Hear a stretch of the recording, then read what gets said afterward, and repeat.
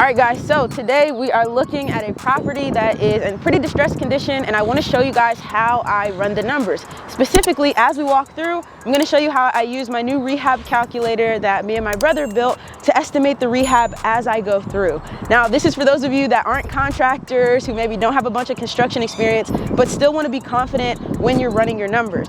And then I'm also going to tell you how I can teach you to run comps, so that way you'll have the two most important numbers. You'll have confidence in your rehab estimate as well as your ARV. So I'm going to record my screen on my phone, show you how I use the rehab calculator, and then let you know how you can get your hands on it as well. Let's go.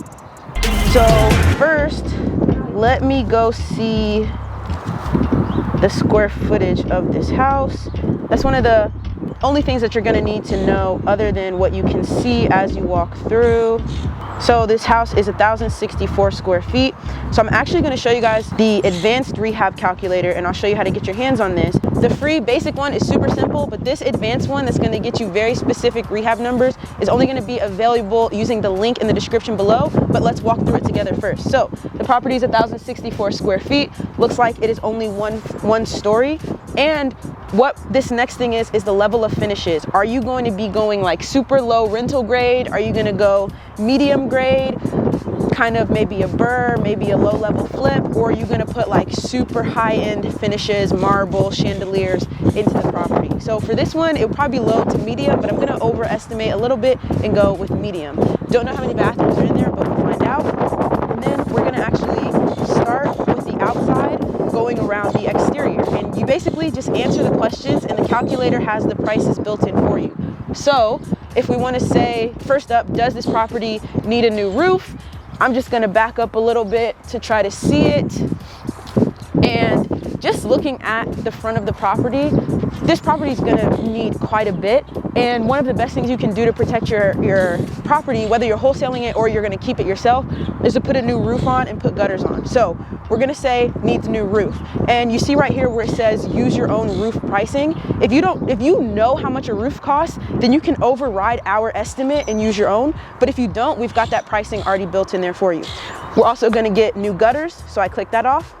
And then the soffit and the fascia, we actually don't have many soffit boards or fascia boards up here, but we're gonna walk around the side and kind of see what the soffit and fascia are looking like there. We'll come back to talking about this tree, but that is not a good sign. So right here, we've got soffit and fascia boards that are a bit damaged. So if you look at that one right there that's coming off, but in all honesty, they don't look too bad, and they don't necessarily look like they need to be replaced. So we've got some options here between repair and replace, and this is just going to be a repair that we're going to do for the soffit and fascia on this one. Siding. This is probably asbestos siding, and I know this sounds a little scary, and I was scared the first time I heard that, but I actually found out from my siding guy that it's not that bad. Basically, asbestos siding only becomes dangerous when the dust gets kicked up and inhaled. So as it is right now, it's fine. If you need to repair it, you would repair it without breaking any pieces, and you would put on a non-asbestos new siding. But let's kind of walk around a little bit just to see if there's anything like this would need to be repaired. This would need to be repaired.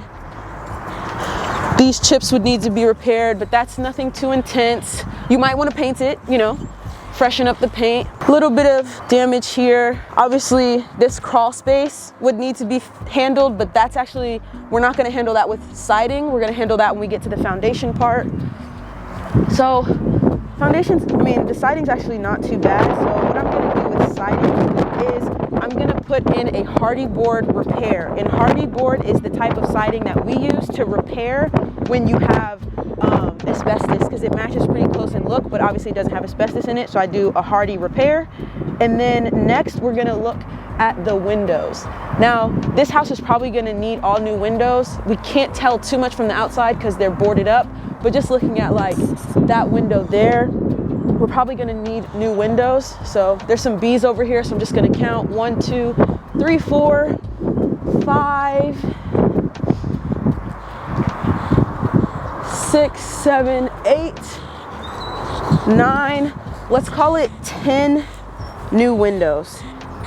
And out here we estimate $150 per window for the material, as well as $150 per window for the labor. If you want to override that, if you know you've got windows that cost $250, not $150, then you can click on override and put in your own pricing. But for us, that's gonna be our built-in pricing.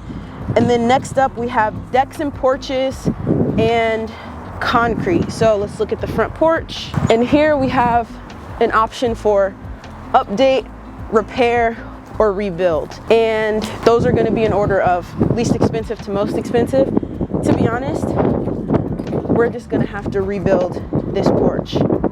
Concrete, honestly, the concrete looks pretty good. All concrete is gonna have some cracks in it over time. You power wash this and it's gonna look brand new, so we're not gonna do anything there. There's no garage, so we've got nothing there. And then landscaping. So this is where I was talking about these trees.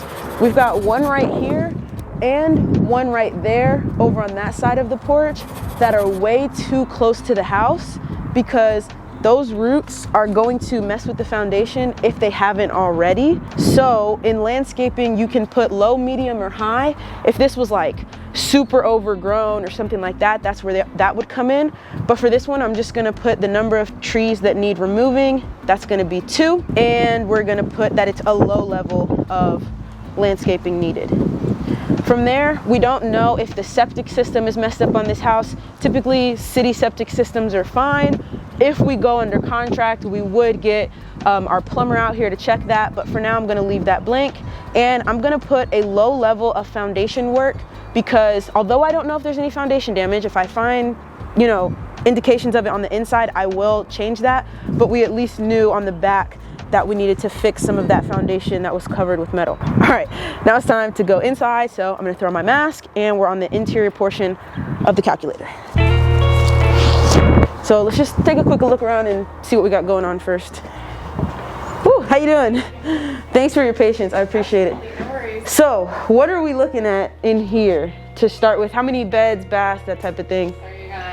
So you got 2 bedrooms, bathroom in the hallway. So bedroom 1 in here.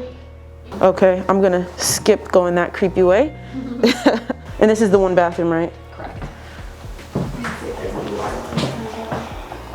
Oh no. Okay, 2nd bedroom. You're never fully dressed without a smile. How cute. There's this awkward closet that they opened up to make it usable on both sides. Okay. From the bedroom and the hallway. Okay, I see. Kind of like a little walk-in closet. Interesting. Do you know what's behind this plywood? I don't want us to open it up. I'm just curious. Do you know what's behind there? I have no idea. There might be access to that space right here. Yeah, it's just a little pantry closet with some shelves. You got your kitchen in the back left corner, enclosed old porch on the back side. Okay. This kitchen. Okay. This is the enclosed back porch. Never forget, Alicia loves you. There's a basement door that you can go down. Okay, I won't be going down there. Weird basement. Should I go? Should I not? I'm not going down there. Is there anything down there like mechanicals or anything? Like water heater, something like that? No heating or anything. Okay. I think the hot water she told me was electric actually. Okay. But I think there's both down there. I think Okay. there's gas stub for dryer ends, electric and gas for dryer down there. Okay. This little pop up here. Yeah. It's just a bonus space. And let's see what we've got up here. This carpet stinks really badly, even through the mask. It's just like a little sunroom / office. It's pretty small. There is an attic access door. Because my biggest thing was like, well, maybe somebody could finish out the attic. It's not high enough to do anything to this space up here. But you have the pop up, and then also the enclosed back porch. So I'm thinking maybe this is like 1,200. Okay. All right, let's step outside and finish up calculating the rehab for this place. So normally I would just walk through and check off things as I see them, but couldn't do that and film. So for the demolition type, this is gonna be a basic cosmetic clean out. We're gonna rip out the carpet, we're gonna rip out the old cabinets, old toilet, that type of thing. If it was a full gut, we're taking out all of the drywall, the ceilings, just everything, then I would do that. Plumbing, right? So we're gonna do a lump sum labor plumbing. So is there gonna need to be new plumbing in this house? My guess is yes. We won't really know that until we get our plumber here, but it's always good to guess that there's at least gonna be a moderate work on the plumbing needed, and then we just count the fixtures that we need. So number of tub and shower fixtures that we need is just going to be 1. There's only 1 bathroom. Number of bathroom sink fixtures, 1. Number of kitchen faucets, 1. Number of kitchen sinks, 1. Number of toilets, 1. Number of bathtubs, 1. Number of shower pans. We're not going to have a shower pan because there's only 1 bathtub. Number of shower doors. We're not going to have any shower doors because we're just going to have a bathtub with a shower curtain. Number of gas hot water tanks. She said the hot water tank was electric, so we'll go there. So 1 electric hot water tank, probably gonna need to be updated. No tankless water heaters since we've got the hot water tank. And then we're not gonna do any type of tile work in this house in the bathroom. That's for this level, this area, that's not gonna be needed. So what we're gonna do is just a tub shower combo with the fiberglass surround. We just need 1 of those. And then we're gonna have electric. So we're gonna say that we're gonna need a partial rewire. We're gonna do it basically just by looking at what's needed. Let's say there's 1 electric panel, it's a small house. There's 1 meter, and how many ceiling fans? Usually I like to put a ceiling fan in the living room and in each bedroom. So I'm gonna say 3 can lights. Let's say we're gonna need 10 throughout there, right? Hallways, bedrooms, kitchen, that type of thing. 1 vanity light, because we got 1 bathroom. Oh, there's my 3 ceiling fans. And let's say 1 pendant light somewhere in the dining room. Then we're looking at exterior lights. So we've at least got a porch light, and let's say we're gonna have a back door light as well. So we'll put 2 exteriors, 1 bathroom fan to help the exhaust. Furnace, we're gonna say we got 1 furnace, 1 AC unit, no mini split, 1 bathroom needs venting with that exhaust fan, 1 kitchen needs venting, and at this point there's no central heat or air. So while we're not gonna have duct repair, we are gonna need to get central heat and air in here. So I'm gonna put that there's extensive duct repair needed there.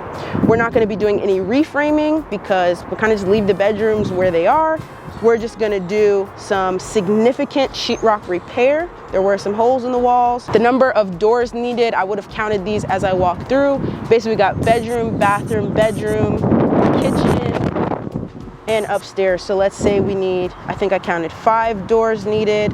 We've already calculated the trim needed. Let's say we had 10 windows, so we'll put 10 window sills there that need it. And interior painting, we are going to use some medium paint. Kitchen cabinets, we're gonna do new box store cabinets. This is a small kitchen. Bathroom cabinets, we're just gonna do a 36-inch vanity. Countertops, we're just gonna go in with basic Formica. Bedroom doesn't need new flooring. Or in the bedrooms, we're just gonna refinish the hardwood. In the living room, we're just going to refinish the hardwood. In the kitchen, let's go ahead and put some tile in, just for the kitchen floor because of grease and things like that. Bathroom, we'll also put some tile in. All right guys, so real quick, I forgot to finish out the general section of the calculator, and this is going to be things like whether or not you need permits, as well as if you're going to get design plans, treat mold, termites, or add any contingencies. So you can see here that we have a 5% contingency added in to the calculator, or you can override it and use your own percentage, whatever you would like. And once we're done, you can see that this puts our total rehab at just under $80,000 to fix up this property. You may think that's high, you may think it's low, but the benefit of more and more of us using this calculator is that we can continue to adjust our assumptions and get better. And what's even more exciting is that we're working on a feature that allows you to enter in the zip code of the property that you're analyzing, and then it would look at how the cost of living compares to the average, whether it's really, really high, really, really low, and then it would adjust the numbers built into the calculator based on that. We're not there yet, but anyone who uses this calculator is going to get all of the updates that come along as we continue to get better. You can also see that this is where you're able to send us feedback, help us make it better. You can put in your email to receive a copy of the calculator as well as the property address so that you can use this for multiple deals. Once you hit submit, a PDF summary will automatically download of the calculator, and you can hit clear all to use it on the next property. So if you want to get your hands on this calculator and you want me to teach you my process for now going home and running comps to find the ARV for this property so I could put it into this formula right here and get my offer price, you're definitely going to want to sign up for my live Zoom training on It's a 2-hour training. We're gonna go through running all of the numbers necessary for you to start making offers confidently. If you're watching this after, still hit that link so you can get the recording of that training. Until next time, you're definitely gonna wanna check out this video right here. I'll also link it in the description.